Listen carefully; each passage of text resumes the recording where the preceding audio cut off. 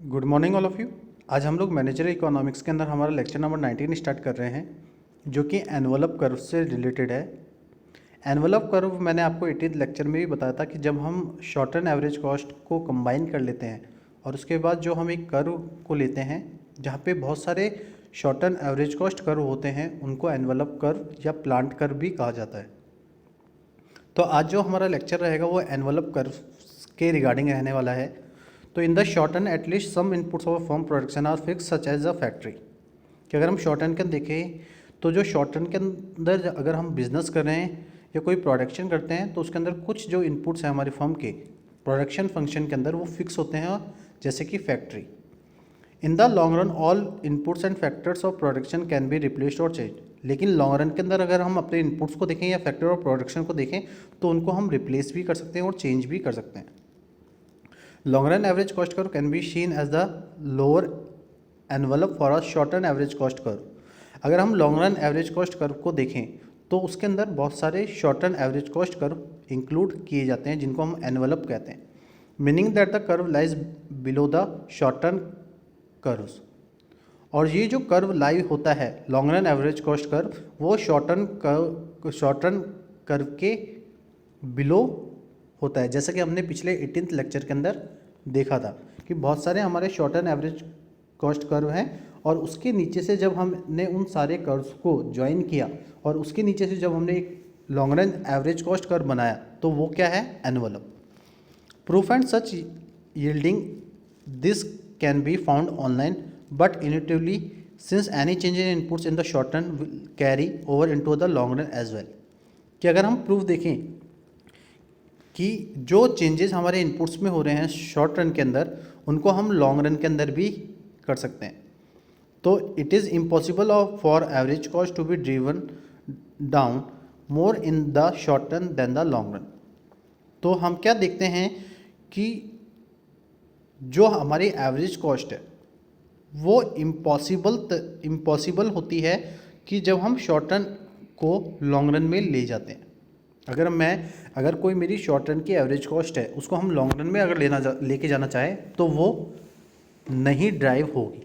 But since the factors that are fixed in the short run can be change in the long run. लेकिन हम ये देखते हैं कि जो शॉर्ट रन के अंदर हमारे जो फैक्टर्स फिक्स हैं वो लॉन्ग रन के अंदर भी चेंज किए जा सकते हैं। The average cost reduction resulting from the changing these inputs in the long run want be felt in the short run. तो जो हमारा एवरेज कॉस्ट है वो रिड्यूस होता है और उसका रिजल्ट क्या होता है कि हम अपने जो भी इनपुट्स के अंदर चेंजेस कर रहे हैं लॉन्ग रन के अंदर वो शॉर्ट रन के अंदर फेल्ट होता है, मीन्स कम होता है। तो जो long run average cost curve है वो लोअर होगा, तो hence they are sometimes called envelope curve. तो इसलिए हम इसको कभी कभी एनवलप कर्व भी कहते हैं। Which is known as the planning curve और एन एनवलप कर्व।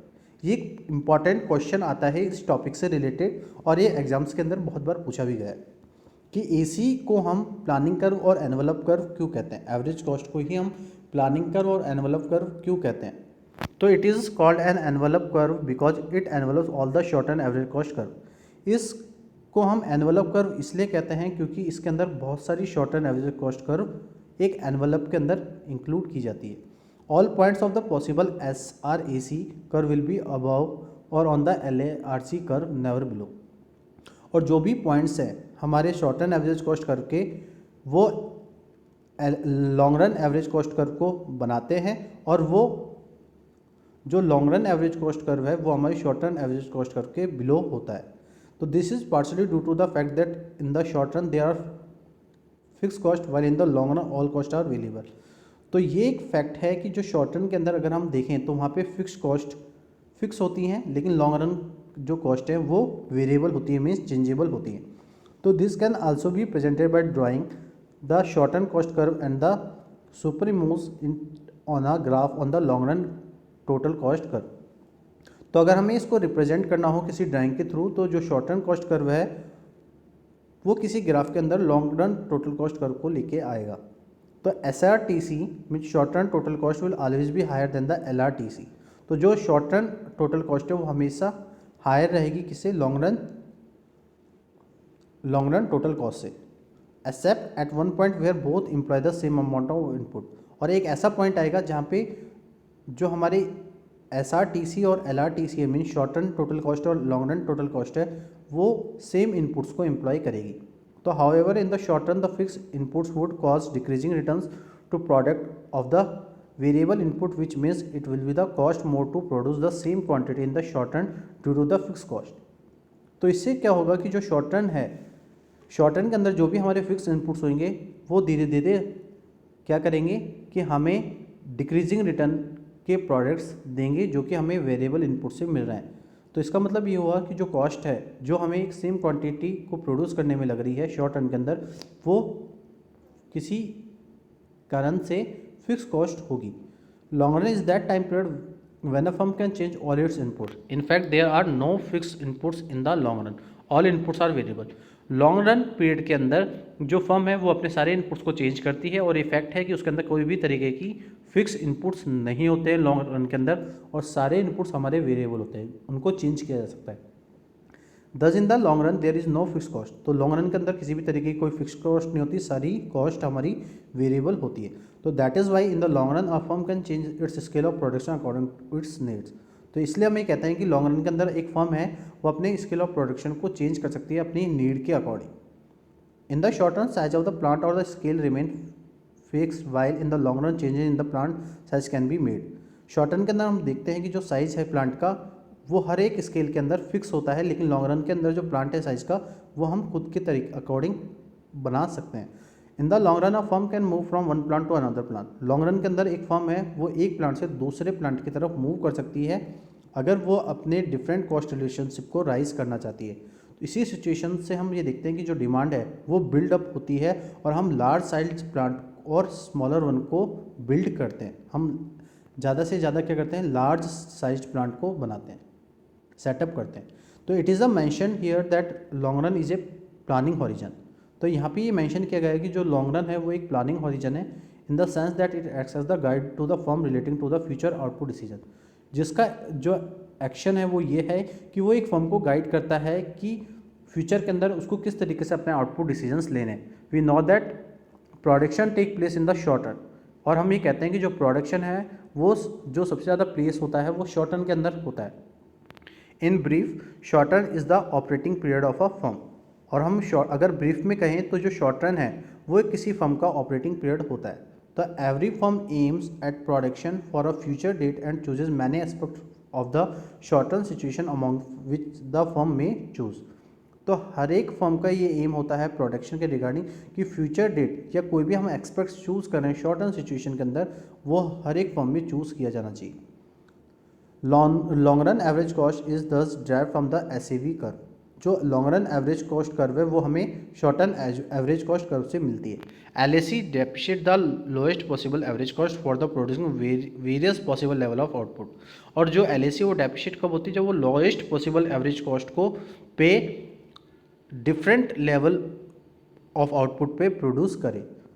तो जो LAC कर्व है वो ये एज्यूम करता है कि हम 3 डिफरेंट साइज ऑफ प्लांट को किसी इंडस्ट्री में सेटअप कर रहे हैं, और जो इंडस्ट्री हमारी वो स्मॉल स्केल पे भी काम कर रही है, मीडियम लेवल पे भी काम कर रही है और लार्ज स्केल पे भी काम कर रहे हैं। तो जो स्मॉल साइज और मीडियम साइज और लार्ज साइज प्लांट्स है वो रिप्रेजेंट करेंगे हमारे 3 SSC कर्व को, short run average cost curve को, जो कि SSC1, SSC2 और SSC3 हैं। आप इस तरीके को, इस चीज़ को हम डायग्राम में देख सकते हैं कि OY जो एक्सिस है उस पर हमने कॉस्ट ले रखी है, OX एक्सिस पे हमारे आउटपुट है, और आप ये देख रहे हैं कि SSC1, SSC2 और SSC3 ये हमारे small size plant, medium size plant और लार्ज साइज प्लांट रिप्रेजेंट किए जा रहे हैं,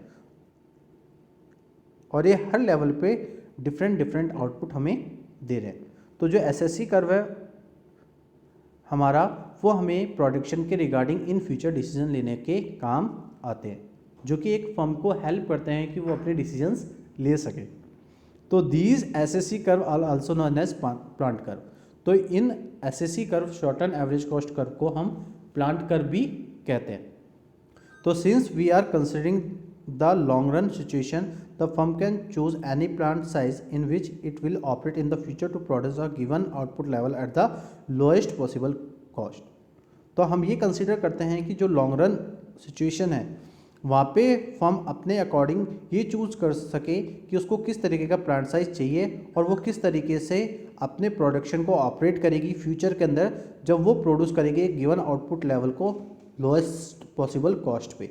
मतलब हम कम से कम कॉस्ट पे ही चाहेंगे कि हम फ्यूचर के अंदर ज़्यादा से ज़्यादा प्रोडक्शन करें किसी एक प्लांट साइज़ को चूज़ करके, तो वो सिर्फ लॉन्ग रन सिचुएशन में किया जाता है। तो आज के लेक्चर के अंदर हमने जो हमारा प्लांट कर्व है, एनवलप कर्व है, उसके बारे में समझा और हमने ये समझा कि जो शॉर्ट टर्म एवरेज कॉस्ट है उसके कॉम्बिनेशन से हम लोग एक प्लांट कर्व बनाते हैं, एक एनवलप कर्व बनाते हैं जो कि एलएसी को लाता है। और लॉन्ग रन जो कॉस्ट कर्व है वो हमारे ये रिप्रेजेंट करता है कि हमें अपने साइज़ के प्लांट को चेंज करना चाहिए या हमें फ्यूचर के अंदर किस तरीके का प्रोडक्शन करना है जिससे कि हम लेवल ऑफ आउटपुट को अचीव कर सकें और हम एक इंडस्ट्री के अंदर, एक फर्म के अंदर लार्ज स्केल पे प्रोडक्शन कर सकें। तो जो short term average cost curve है वो प्लांट के साइज़ को बताता है कि हम अपनी इंडस्ट्री के अंदर, अपने बिजनेस के अंदर किस किस तरीके के साइज ऑफ प्लांट्स का यूज़ कर रहे हैं प्रोडक्शन के लिए, जो कि एक एनवलप कर्व को बनाता है। तो आज के लेक्चर के अंदर इतना ही। Thank you so much and have a nice day.